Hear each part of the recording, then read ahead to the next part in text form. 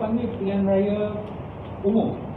Ya, pilihan raya umum penjualan Arab yang minuman keras. Baik. Untuk transport, maknanya kita ada dia punya semasa proses pengantaran ni. Kalau sekiranya saya keluarkan kertas dan saya juga nak hantarkan sendiri saya punya, jadi kos itu lebih tinggi. And the implementation of play in Malaysia, basically we have mentioned in our standard curriculum for preschool, we have a learning through play, specific learning through play in our standard curriculum.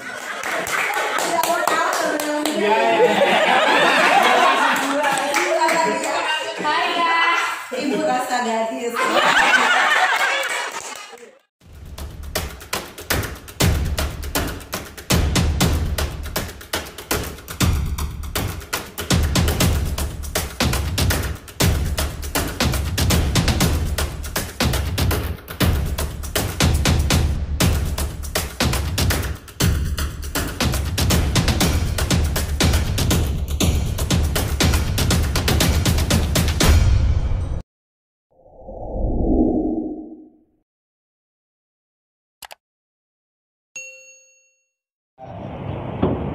tanyakan adalah bagaimana sistem pergantian menteri yang ada di Malaysia. Okey. Dia begini, macam saya katakan tadi lah. Di Malaysia, kita mempunyai kenali sebagai doktrin pengasihan kuasa. Ya, doktrin pengasihan kuasa itu melibatkan legislation, ya, iaitu parlimen, eksekutif, iaitu ahli-ahli parlimen yang dilantik sebagai menteri kabinet, dan juga judiciary, perundangan. Baik, soalan tuan tadi adalah berdasarkan kepada bagaimana sistem penggantian menteri. Baik, menteri ini macam saya katakan tadi, dia adalah ahli parlimen. Dia akan berada di situ selagi mana dia masih lagi menjadi ahli Dewan Rakyat, ataupun dia masih lagi menjadi ahli senator.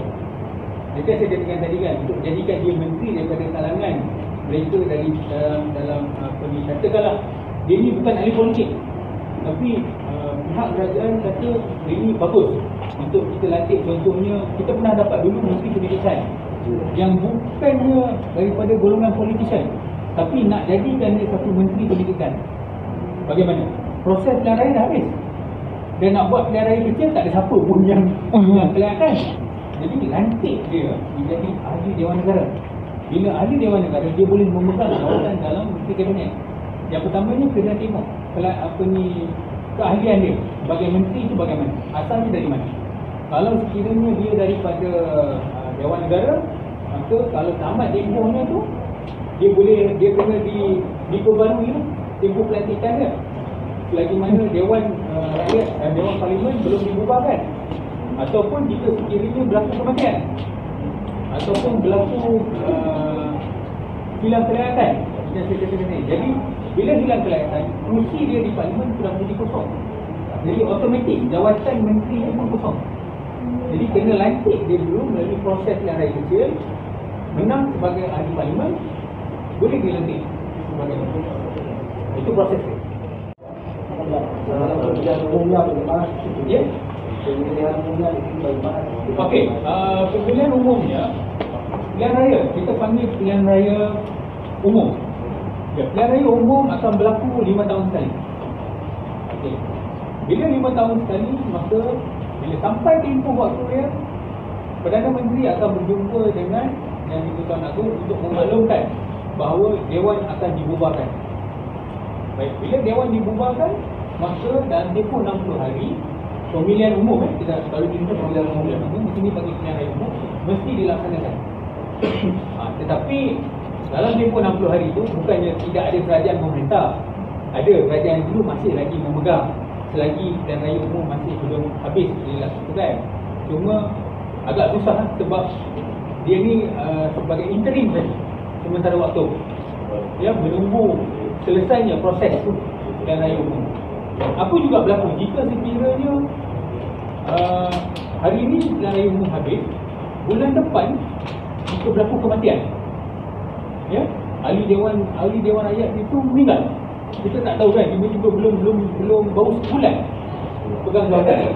Okey, apakah pilihan raya kecil perlu dilakukan by election? Sebab kerusi dah kosong. Satu kerusi dah kosong.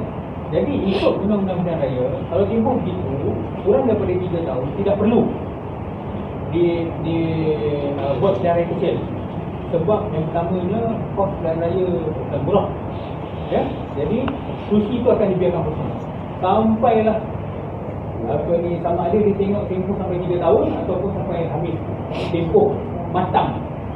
Ya, suatu kerajaan itu Melalui penyelesaian melalui dinas tenaga kerja. Kalau di sini apa namanya dinas tenaga kerja? Kalau di sana kan menteri tenaga kerja. Kalau di sini apa namanya? Itu yang pertama. Yang kedua, terkait dengan kalau di Indonesia itu ada istilah UMP, upah minimum provinsi yang dilakukan di seluruh Indonesia. Kalau di Malaysia apa namanya? Apakah setiap perusahaan antara labor itu tidak ada sengketa? Apakah negara akan maju atau bagaimana? Mohon penjelasan dari Pak. Okey, baik. Untuk yang pertama itu berkenaan dengan pertikaian. Pertikaian. Macam saya katakan tadi, jika berlaku apa-apa pertikaian, yang pertamanya kita kena tengok kedudukan pekerja tersebut, ya, labor tersebut. Kalau di bawah 2,500, maka dia akan pergi ke Mahkamah Buruh, dia untuk menyelesaikan tuntutan dia. Tapi selalunya proses tuntutan ini, kebiasaannya pegawai buruh akan memanggil pekerja dan majikan, duduk kita cari jalan penyelesaian tanpa perlu bawa kes ini ke Mahkamah Buruh. Sekiranya boleh diselesaikan, maka kes settle lah, kes selesai. Kalau tak boleh selesai, maka akan dirujuk kembali ke Mahkamah Buruh. Serupa juga dengan Mahkamah Perusahaan. Mahkamah Perusahaan cuma satu je, dia untuk 2,500 ke atas, mana bagi pegawai eksekutif lah. Proses yang pertama, dia mesti mengadu kepada Menteri Sumber Manusia. Menteri Sumber Manusia akan tengok pada pengaduan tersebut. Jika ada kes, dia akan mengarahkan Mahkamah Perusahaan Industri, Mahkamah Industrial Relation, Hubungan Industri untuk ambil kes tersebut. Di kes itu nanti barulah pegawai-pegawai daripada Industrial Relation akan buat proses yang sama, cuba cari jalan penyelesaian. Sebab kadang-kadang, yalah, pada saya, jika melibatkan pertikaian di antara majikan dan pekerja, pertamanya dia nak reinstatement, dikembalikan semula ke jawatan yang lama, ataupun dia minta ganti rugi. Tapi kebiasaannya kita akan minta ganti rugi, sebab kita tahu kalau kita balik ke pejabat yang lama, orang dah tak suka. Kenapa nak balik-balik ke tempat yang asal? Jadi ambil pampasan dan move on, ya, dapatkan pekerjaan yang balik. Okey, untuk gaji-gaji minimum, ya, untuk maklumat tuan-tuan dan puan, pihak Kementerian Sumber Manusia telah pun melalui Menteri Sumber Manusia mengeluarkan satu perintah untuk gaji minimum terpakai kepada semua perusahaan. Gaji minimum tersebut kalau saya RM1,200 gaji minimum, ya, terpakai kepada semua perusahaan. 1,200 kali Dan memang ada 3,500. perintah tersebut dalam itu. Sebab dulu tak ada isu dia, kenapa tak ada? Indonesia itu kadang-kadang sebagai bawahan dia pilih-pilih siapa yang nak dipilih. Ketika besok dia naik, dia bolehlah mendapat jawatan. Apakah sini juga berlaku? Di sini dia kalau saya faham lah, sistem bilik kasih tak? Sistem bilik kasih. Baik, di sini saya tak boleh kata tidak ada. Kan, sebab saya tak mau berlaku hipokrit. Benda yang ada kita kata tak ada. Yang dia belak kan. Ya, sebab memang ada. Ya, maknanya sistem bilik kasih. Di mana-mana organisasi pun ada.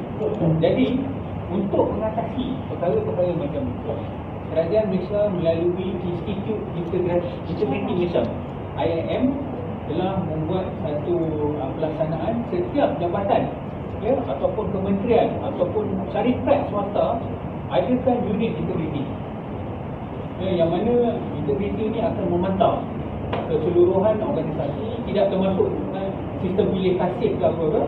Jadi dia akan make sure benda ini tidak ada korupsi, ya, sebab definisi korupsi ni terlalu luas. Sebab dulu di Malaysia ada duit, ada apa ni, favor aja, kan? Jadi sekarang ni tak perlu ada begitu. Tapi sekarang saya nak menawarkan ganjaran dari seksual, tidak ada duit, itu juga dikira korupsi. Kalau katakan saya menyalahgunakan kuasa, itu juga dikira sebagai korupsi, ya?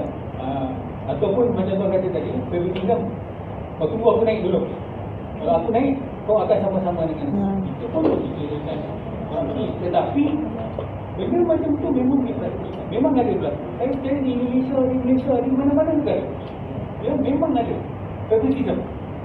Sebab kita pun sebagai bos, kita nak orang-orang bawahan kita yang boleh dengar cakap aku, kan? Kalau yang mana tak mau dengar cakap aku tu, okeylah, bye-bye lah. Aku takkan latih kau ya, walaupun kau bagus kerja. Sistem dari peraturan apakah tentang miras kalau di sini itu arak, jual minuman keras pakai miras. Arak, apakah ada yang mengatur di sini? Apakah yang ada di mahkamah syariah? Dan sistem apa hukuman yang berlaku di sini? Yang kerjasama Indonesia dengan Malaysia, DPO, Daftar Pencarian Orang atau buron bahasa sini itu apa? Buruan, bukan. Apakah sistem pembiayaannya itu dibiayai oleh misalnya dari Indonesia lari ke sini, DPO-nya, buruannya lari ke sini? Apakah itu dibiayai murni oleh negara Indonesia atau Malaysia ada kerjasama seperti itu? Tindak pidana orang DPO yang antara Indonesia di Indonesia, pekerja Indonesia dan Indonesia. Kebetulan banyak letter sipil yang saya terima di kematian yang masyarakat Indonesia yang bekerja di sini, ternyata terkait proses pengeluaran asuransi sangat panjang, long time. Yang jadi pertanyaan kami, kerjasama antara government Indonesia dengan government Malaysia sampai sejauh mana perlindungan warga negaranya ketika dia masuk ke wilayah Malaysia. Yang jadi persoalan, masih banyak warga Indonesia yang belum tercover masalah persoalan asuransinya. Kebetulan saya sering ke kedutaan besar yang ada di dalam rumah. Pada kali ini mungkin topik ini mungkin amat berbeda ya daripada apa yang apa ya benarnya benar-benar bersih ya. Okey, alat transport maknanya kita ada dia punya semasa proses pengantaran ini. Indonesia mungkin dari China, tapi jadi logistik itu cara kita nak membawa barang daripada satu tempat ke satu tempat yang lain. Pemindahan. Ya, pemindahan dari satu tempat ke tempat yang lain. Jadi mungkin boleh jadi sangat mudah, dia juga boleh jadi sangat kompleks. Jadi kita fikirkan secara mudah. Si orang logistik yang akan fikir macam mana daripada kompleks mau jadi mudah. Itu logistik. Ya?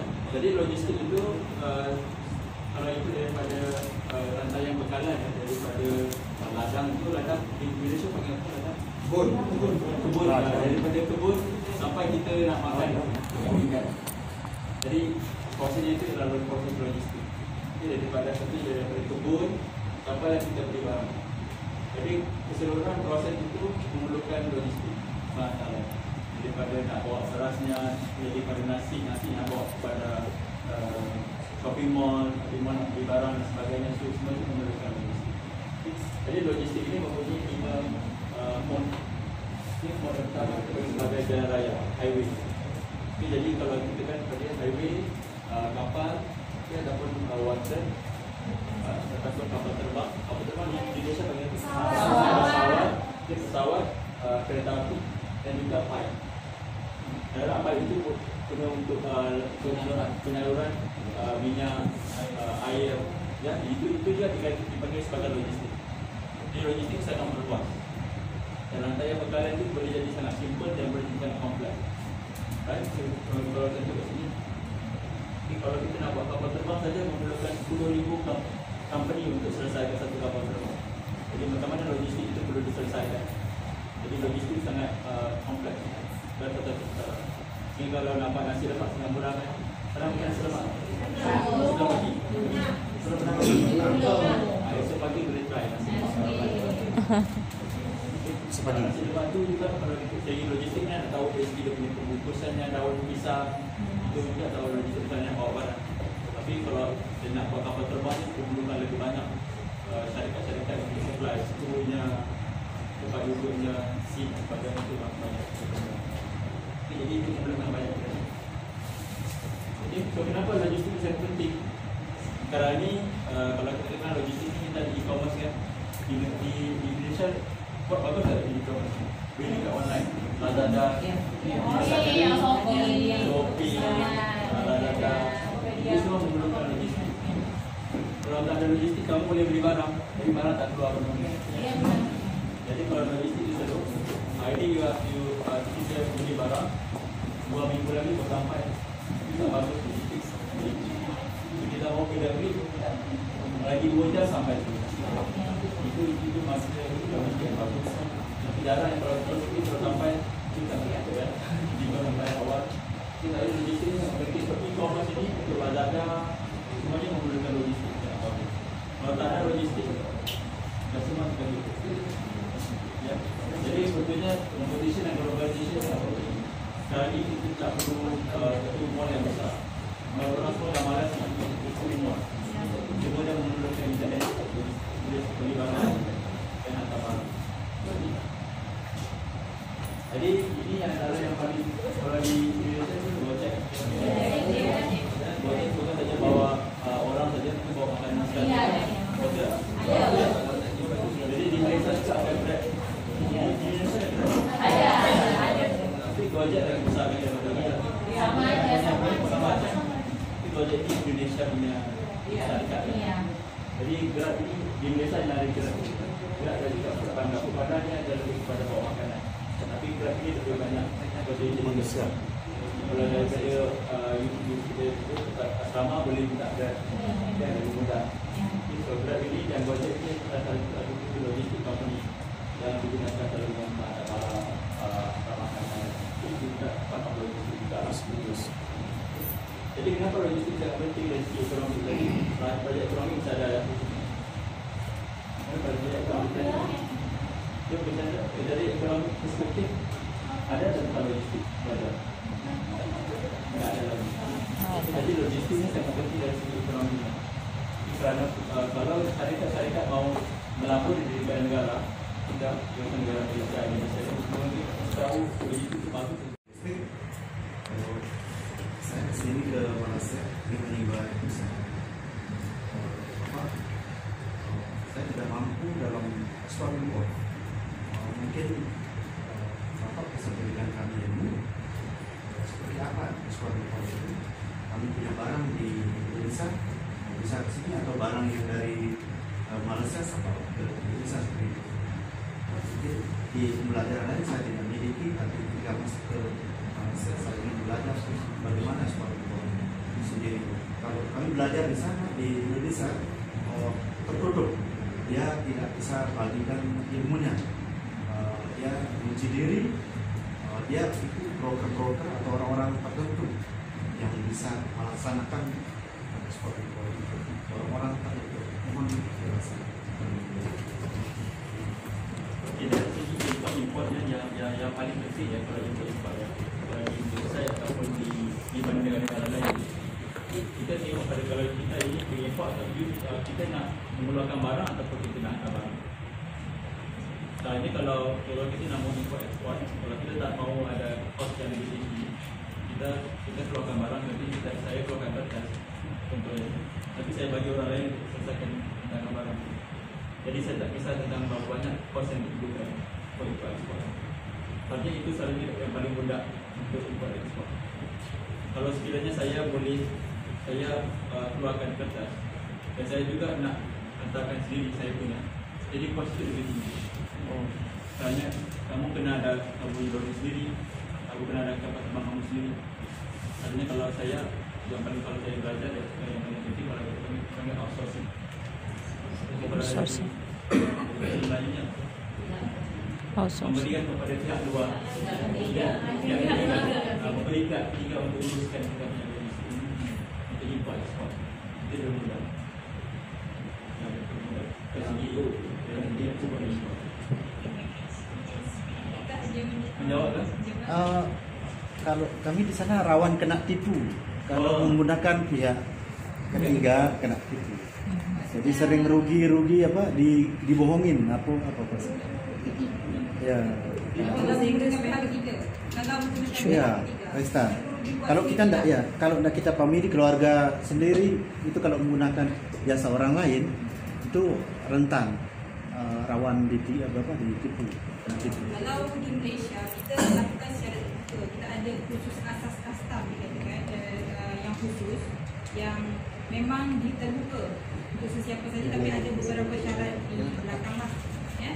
So maksudnya syarat-syaratnya maksudnya dia perlu ada lesen daripada MIDA, punya kementerian. Kemudian dia perlu ada khusus asam custom untuk beberapa jam. Dia ada 2 peringkat, satu eksekutif dan non-eksekutif. Kedua-duanya ada kesamaan tetapi ada perbezaan sedikit di mana untuk eksekutif mungkin dia boleh membuat penghantaran yang melibatkan perundangan seperti bonded dan non-bonded. Okay. Itu lebih kompleks lah kalau diperlu. Okay. Kerana kelas dia melibatkan kelas yang panjang dan mungkin melibatkan satu semester subjek untuk satu semester. Tapi kalau saya punya pendapat, kalau itu saya hantar barang, mungkin saya orang baru nak berniaga kan. Misalnya kalau orang berniaga tadi kita perlu ada surat. So kalau screening, kalau kita nak keluarkan barang, nak bagi kepada orang lain, nak hanya dia punya barang, perlu ada surat yang betul. Surat itu kita perlakukan apa yang saya, di mana saya, siapa yang buat, yang boleh. Baru kita bagi kepada orang lain. Atau nanti kalau kita tak bagi buat begitu, nanti orang boleh tipu. Benar-benar. Jadi import-export kalaunya sangat kompleks. Ekonomi dan mengapa manajemen jaringan logistik begitu sulit dilaksanakan walaupun potensi manfaatnya nyata? Yang pertama tentang ekonomi saja. Ekonominya paling penting kalau di logistik ini dia menggunakan perdagangan antara negara dengan negara lain. Sebenarnya kalau kita ada ekonomi, ada berapa sesuatu. Contohnya contoh dari kelapa sawit kan. Kalau boleh. That's their important task. And I just want to know literally how Malaysian think about that and how Malaysian teaching our children. How Malaysian think that what social video and what's not they do. Question. Okay. Di Malaysia kita ada kurikulum pendidikan awal kanak-kanak. Okay, starting from the age of birth until 6 years old. And we have a childcare center called TASCA for children 0 to 4 years old, and Tadika preschool for children 5 to 6 years old. That is the definition of early childhood in Malaysia, 0 to 6 years old. And the implementation of play in Malaysia, basically we have mentioned in our standard curriculum for preschool, we have a learning through play, specific learning through play in our standard curriculum. So that's how we implement play to our children. Right? Alright, thank you. Okay, another question?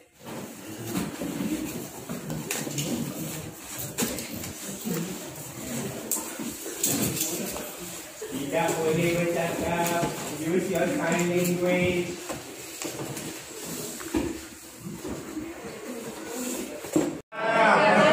Saya tidak ikut Karyani, dia terpanggil Esi.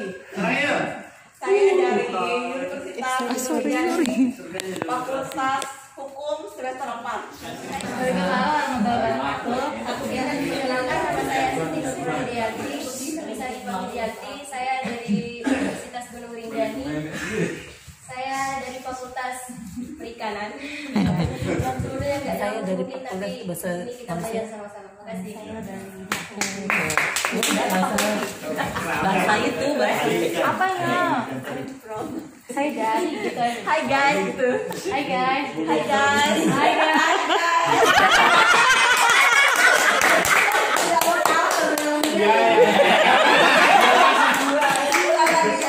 Hai guys. Ibu rasa gadis.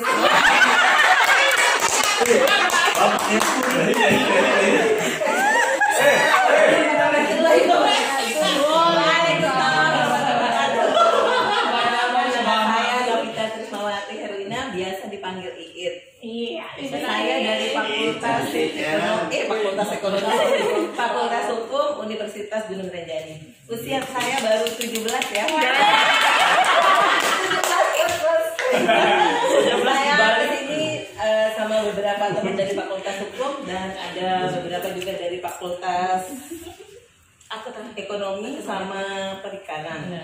Saya senang kesini bisa kenal teman-teman yang dari Malaysia, dari Bima, dari Ciamis, dari Bandung. Padahal kan kita kesini sebenarnya kepingin sharing itu ya dari Fakultas Hukum untuk ini. Tapi alhamdulillah kita dapat ilmu baru. Alhamdulillah. Kebetulan saya di Lombok punya TK. Jadi saya dengan belajar ini jadi ada ilmu buat saya untuk diterapkan di sana. Walaupun jangan berpikir anak-anak. Baik, terima kasih. Mungkin ada pertanyaan?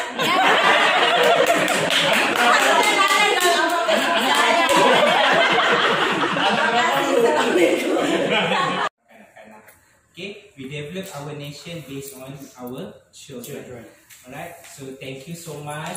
I'm sorry if I cannot deliver much to all of you. Hope to see all of you again in the next session.